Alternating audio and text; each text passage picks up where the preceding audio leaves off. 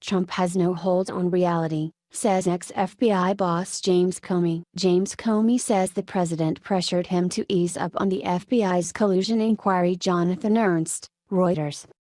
President Trump has turned the White House into a cocoon of alternate reality where he rules through fear and a mobster-like obsession with personal fealty, James Comey, the former FBI director, claims in a new book.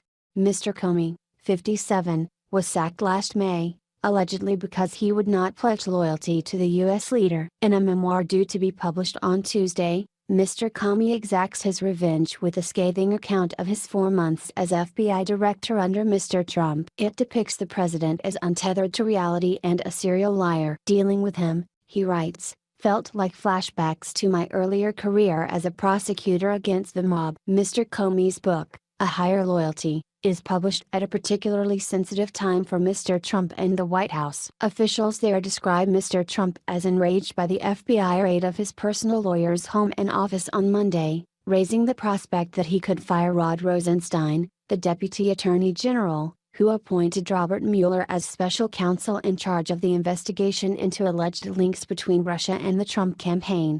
Mr. Comey talks about the president lying about all things, large and small, in service to some code of loyalty that put the organization above morality and above the truth. During one meeting, Mr. Comey claims, Mr. Trump asked him to investigate allegations that Russians had a video of the president engaged in a sex act in order to reassure his wife, Melania.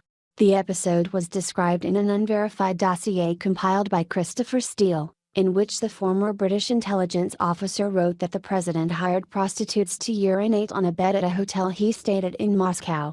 Mr. Comey claims that the president also pressured him to ease up on an FBI inquiry into allegations of collusion between Russian agents and his associates. According to Mr. Comey, Mr. Trump repeatedly sought him out in a month-long campaign. He told Mr. Comey, "I need loyalty." At the time the FBI was scrutinizing unusual ties between Michael Flynn, who was then the National Security Advisor, and representatives from Russia and Turkey. When Mr. Comey would not let up on Mr. Flynn, the president sacked him. This led the Justice Department to appoint Mr. Mueller, an independent special counsel, to investigate the Russia allegations. Mr. Flynn has pleaded guilty to lying to the FBI. After Mr. Comey appeared before Congress to discuss his dismissal last June, Mr. Trump denounced him as a showboat and a liar. Mr. Comey writes that even John Kelly, the White House chief of staff, thought that his firing was problematic and offered to quit in protest. Mr. Kelly said he didn't want to work for dishonorable people.